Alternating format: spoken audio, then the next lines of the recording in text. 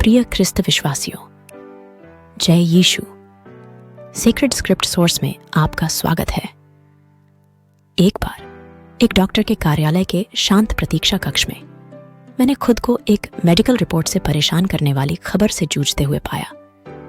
पृष्ठ पर संख्याएं संरेखित नहीं हुई, जिससे एक असंगति पैदा हुई जो मेरे विचारों में प्रतिध्वनित हुई। यह एक ऐसा क्षण था जब जीवन में एक अप्रत्याशित मोड़ आया जिससे मैं घबरा गई। उन मामलों में यह निदान या वित्तीय असंतुलन नहीं है जो हमें परिभाषित करता है, बल्कि हम कैसे प्रतिक्रिया देते हैं। जैसे ही मैंने अपने बैंक स्टेटमेंट पर हैरान करने वाले आंकड़ों को देखा, संदेह की फुसफुसाहट ने अंदर घुसने की कोशिश की। फिर भी मुझे यह अटल सत्य याद आया कि हमारा जीवन परमेश्वर के हाथों में है। उन क्षणों में मैंने खुद से विश्वास के बीज बोने, निराशा को अस्वीकार करने और यह घोषणा करने का आग्रह किया, मेरा जीवन परमेश्वर के हाथों में है। स्वास्थ्य हमेशा हमारी अपेक्षाओं के अनुरूप नहीं हो सकता है और सपने मायावी लग सकते हैं, लेकिन प्रोत्साहन गूंजता है, आपका जीवन परमेश्वर के हाथों में है। यह दृढ़ रहने, पवित्र हस्तक्षेप की मांग करने और इस विश्वास पर दृढ़ता से कायम रहने का निमंत्रण है कि प्रतिकूल परिस्थितियों में भी परमेश्वर किसी भी चुनौती से बड़ा है। शुष्कता और अस्थिरता के मौसम में, जहां हमारे नीचे की जमीन अनिश्चित महसूस होती है, हमें यह स्वीकार करने में सांत्वना मिलती है कि जहां हम सीमित हैं, वहां परमेश्वर असीमित है। चुनौतियां परमेश्वर के लिए अपने प्रेम और शक्ति को प्रकट करने का अवसर बन जाती हैं। इसलिए दृश्य से प्रभावित न हो, बल्कि परमेश्वर की भलाई, अपने छिपने के स्थान और ढाल के अपरिवर्तनीय सत्य पर भरोसा करें। जीवन के अप्रत्याशित झटके निराशा की तस्वीर पेश कर सकते हैं, लेकिन परमेश्वर का वचन हमें आश्वस्त करता है कि सुबह खुशी आती है।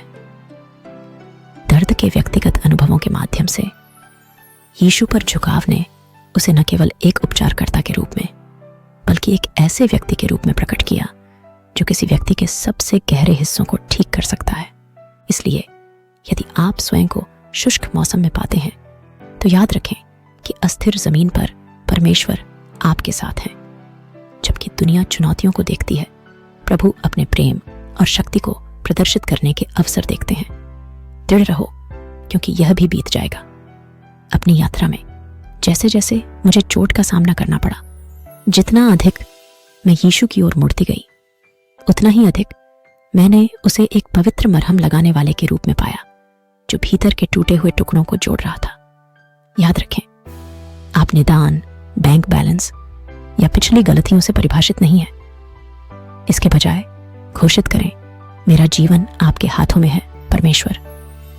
परमेश्वर के वादों पर भरोसा रखें, क्योंकि वह आपके सिर पर बालों की संख्या जानता है और वह आपका भविष्य रखता है। विश्वासघात, वित्तीय संघर्ष या अधूरी अपेक्षाओं के क्षणों में मूलभूत सत्य बना रहता है, ईश्वर अच्छा है। निराशा की स्थिति में भी घोषणा करते रहे, परमेश्वर अच्छे हैं। परीक्षण अस्थायी हैं और कठिनाइयां हमेशा अस्थायी हैं, लेकिन प्रभु सदैव स्थिर रहते हैं। जैसे ही आप जीवन की चुनौतियों से निपटते हैं, विश्वास को अपना सहारा बनने दें। अपने पूरे दिल से प्रभु पर भरोसा रखें, उसे अपने सभी तरीकों से स्वीकार करें। अपनी चिंता उस पर डालो, क्योंकि वह तुम्हारी चिंता करता है। संकट के दिन प्रभु को पुकारो और वह तुम्हें बचाएगा। जीवन की यात्रा एक मुक्ति की कहानी के समान हो सकती है, बहुत हद तक शॉशैंक रिडेम्पशन के चरित्र रेट की तरह। कभी कभी हम जो स्वतंत्रता चाहते हैं, वह हमारी अपेक्षाओं के अनुरूप नहीं हो सकती है, लेकिन एक बार आजाद होने के बाद परिचित जेल में वापस लौटने का लालच न करें। इसी तरह हमारी आध्यात्मिक यात्रा में मसीह द्वारा मुक्त किए जाने के बाद पाप के बंधन में लौटने के आकर्षण का विरोध करें। आस्था की यात्रा चुनौतियों से रहित नहीं है, लेकिन ईश्वर के वादे अटल रहते हैं। भरोसा रखें कि जिसने आप में अच्छा काम शुरू किया है, वह उसे पूरा करेगा। कमजोरी के क्षणों में उसकी ताकत पर भरोसा रखें, क्योंकि परमेश्वर के साथ सभी चीजें संभव हैं। जब आप जीवन की अनिश्चितताओं का सामना करें, तो विश्वास के सार को याद रखें। ये केवल धर्म ग्रंथों को पढ़ने के बारे में नहीं है, बल्कि उन्हें जीने के बारे में है। प्रभु पर भरोसा रखें, अपनी समझ का सहारा न लें और अपने जीवन को उसकी भलाई का प्रमाण बनने दें। आपकी पहचान बाहरी विचारों से नहीं, बल्कि ईश्वर की अटल सच्चाई से बनती है। अपर्याप्तता और आत्मसंदेह के क्षणों में परमेश्वर के वचन में अपना मूल्य खोजें।